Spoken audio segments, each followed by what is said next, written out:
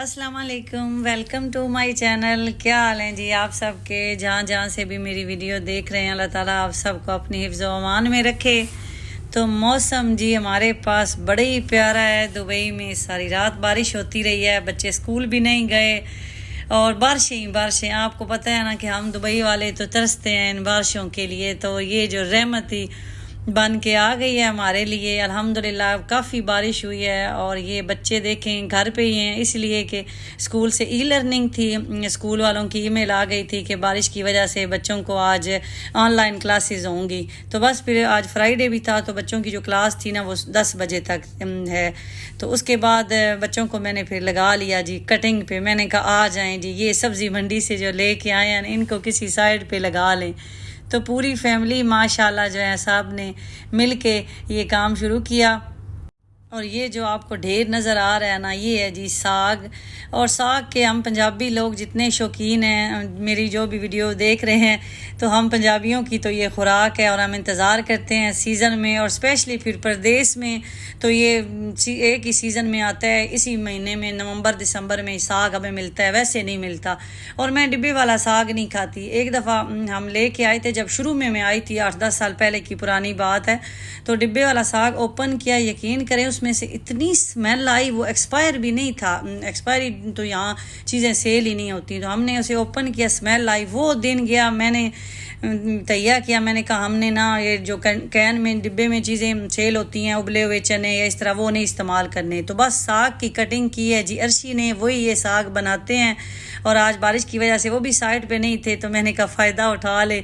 मैंने अच्छी से कहा लगता है इसलिए बारिश हुई है कि साग आया हुआ है और आपने पकाना है। वैसे तो आपको टाइम नहीं मिलना, तो उन्होंने मुझे बताते रहना था, तो मैंने बना लेना था। लेकिन उनके हाथ का जायका फिर नहीं आता।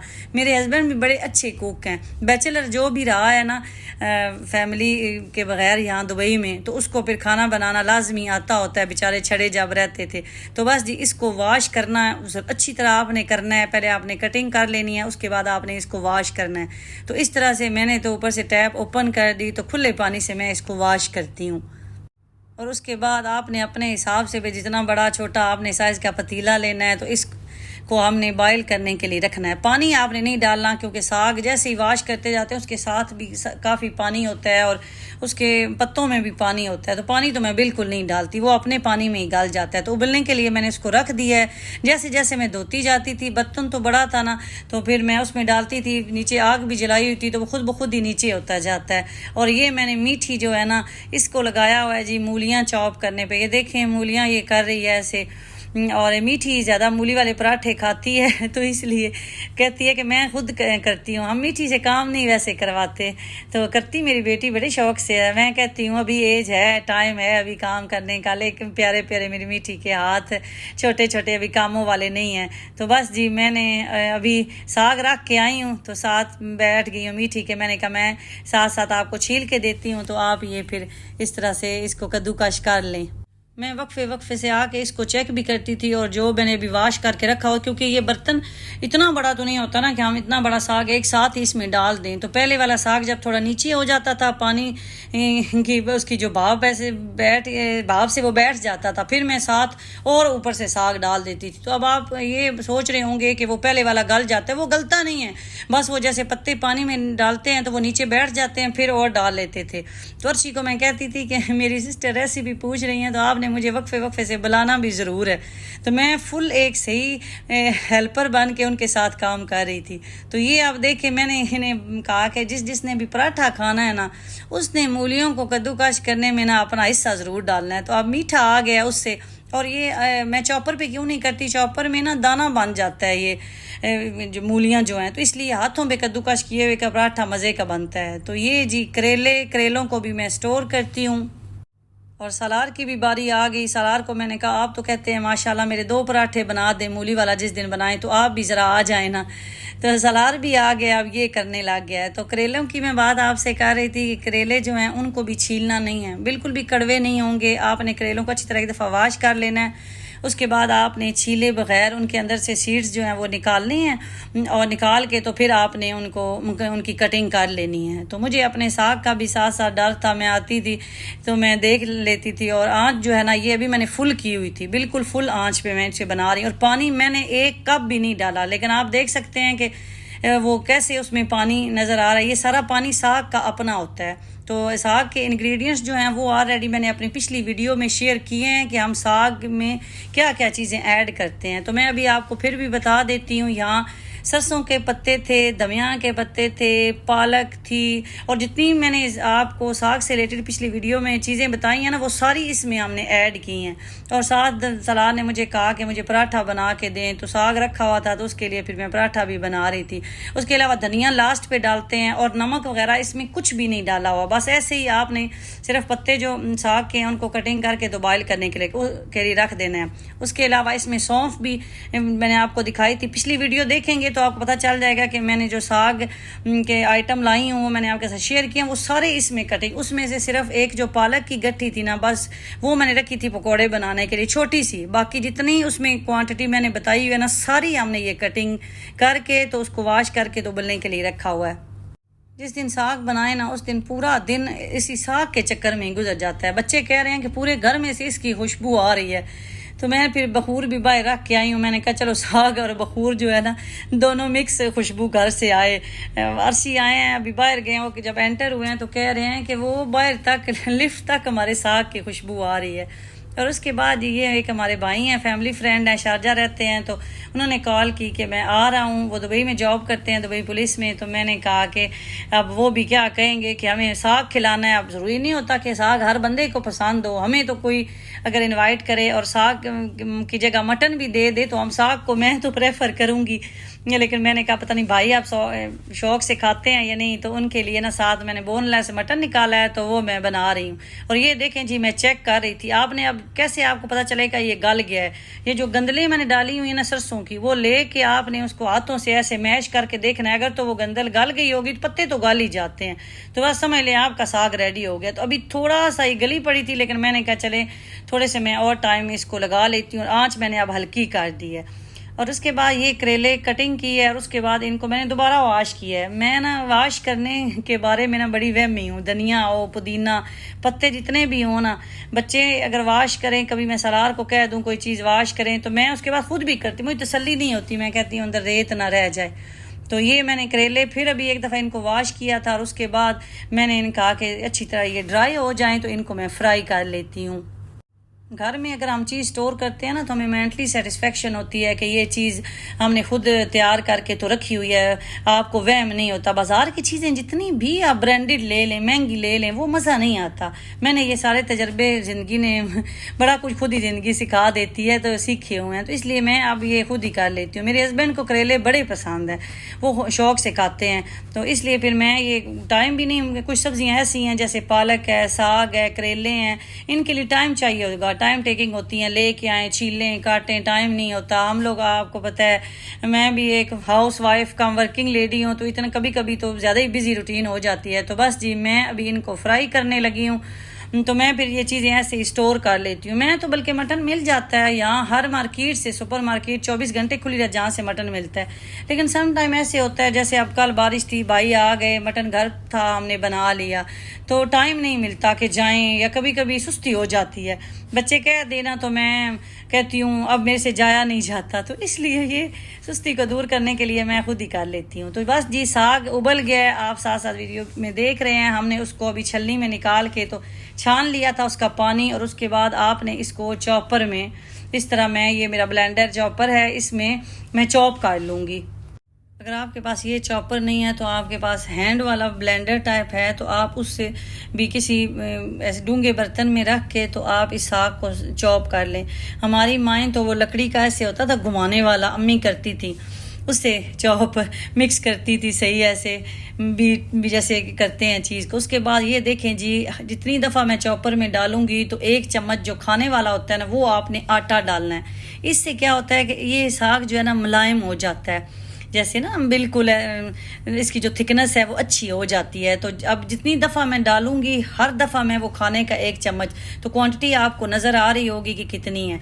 और उसके बाद ये देखें कितना मेरा अच्छा साग जो है वो सारा मैंने चॉप कर लिया है, और बस ये जो लास्ट वाला है ना ये मैंने पराठे के लिए रखा है। तो अब ये देखें कितना स्मूथ थी और ऐसे ना मुलायम मुलायम ये साग बना है। इसकी वजह वो आटा है जो मैंने उसके अंदर डाला है, थोड़ा सा डालना है इसमें, ये डालना लाजमी। आपको फील भी नहीं होगा कि आपने इसमें आटा डाला है, ना कलर से ना वैसे, बिल्कुल भी नहीं पता चलेगा। और उसके बाद इसमें अभी हमने नमक मिर्च कोई भी मसाला अब तक ऐड नहीं किया, और ये मैंने अलहदा चॉप किया है मोटा मोटा। ये मैंने लगाना है पराठा। पराठे में अगर ज़्यादा मुलायम कर लेती, ज़्यादा ही चॉप कर लेती तो फिर पराठे में हाथ नहीं लगता जैसे अंदर लगाना है ना। अब इसमें मैं घी मिर्चें वगैरह मिक्स करके ना ये जो प्लास्टिक के बाउल में है ये मैंने सिर्फ पराठे के लिए रख लिया। तो खाने वाला जो है ना वो अभी मेरे इसी पॉट में मैं रखा हुआ है। तो अब इसके बाद क्या करना है कि आपने इसका पानी जो है, अभी भी इसमें पानी है, वो आपने खुश्क करना है। और साथ साथ मैं 2 काम कर रही थी एक साथ।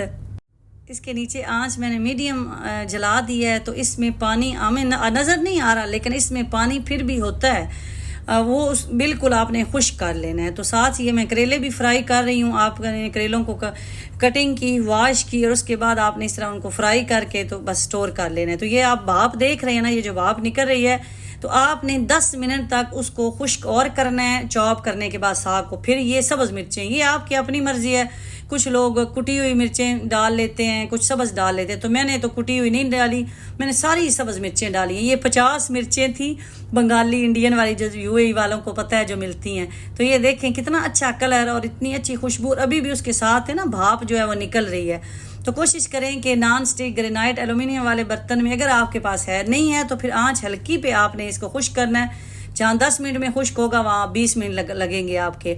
और ये जी देखें आपकी बहन की पहले ही एक चोट जो है वो ठीक नहीं हुई थी और अब दूसरी उंगली पे ये लग गई है। तो ये मुझे कुछ ना कुछ हो ही रहता है।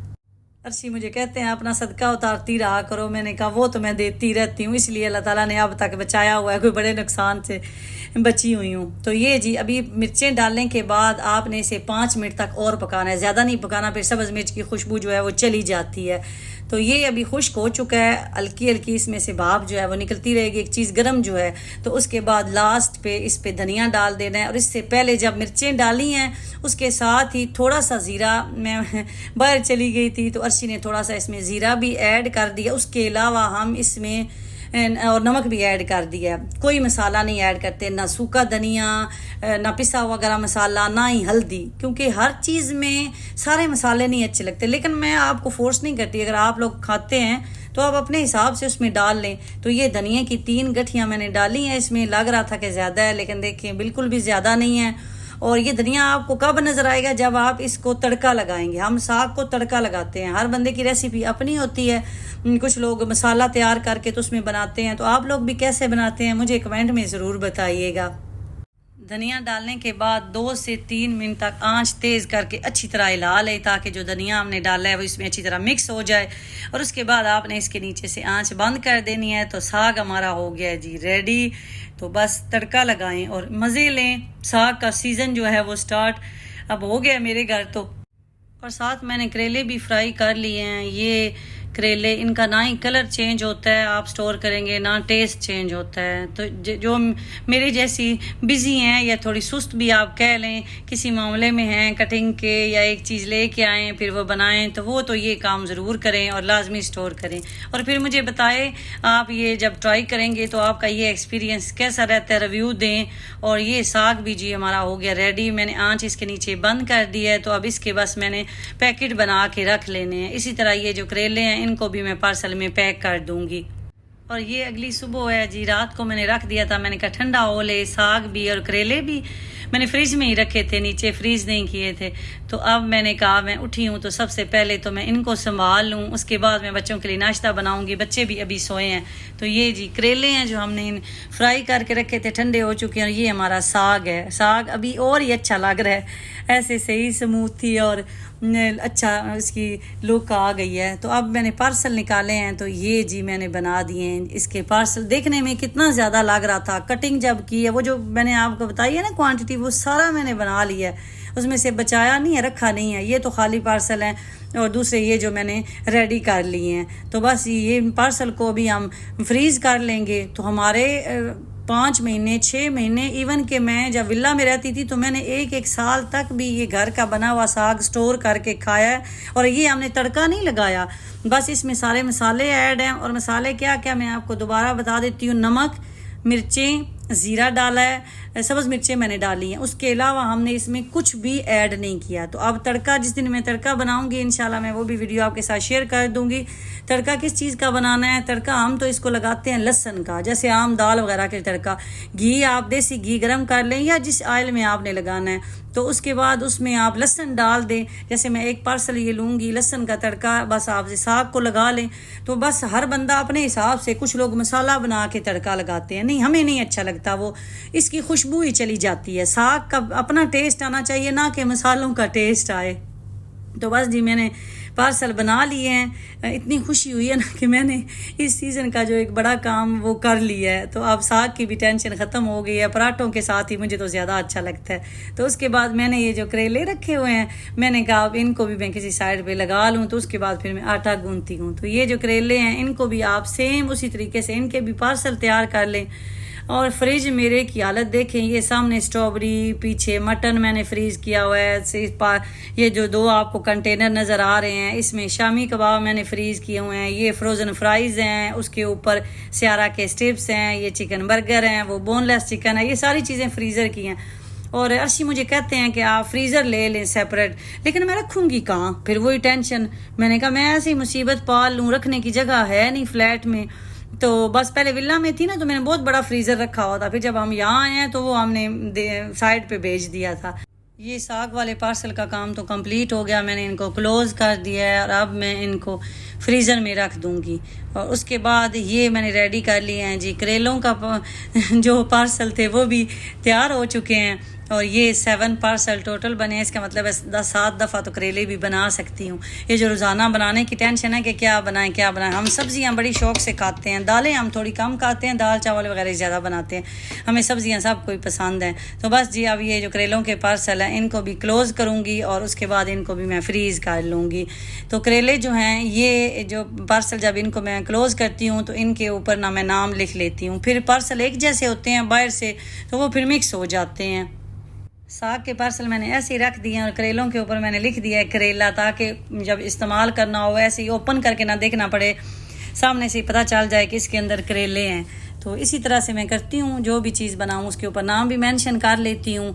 तो अब इनको मैंने फ्रीज़र में रख दिया है, अल्हम्दुलिल्लाह एडजस्टमेंट कर लिया चीज़ें इधर उधर नीचे, क्योंकि फ्रीज़र की चीज़ें तो फ्रीज़र में ही आनी है, उन्हें नीचे तो रख नहीं सकती। तो बस ये मेरा अभी काम कंप्लीट हो गया। रेसिपी भी आपके साथ शेयर कर दी, स्टोर भी जैसे किए हैं आपको बता दिया। तो मुझे दुआओं में याद रखें जी, अपना बहुत ज़्यादा ख्याल रखें। चैनल पे मेरी प्यारी बहन, मेरे भाई अगर न्यू हैं तो चैनल को सब्सक्राइब कर दें। और अल्लाह ताला आपको अपनी अमान में रखे। अल्लाह हाफिज़।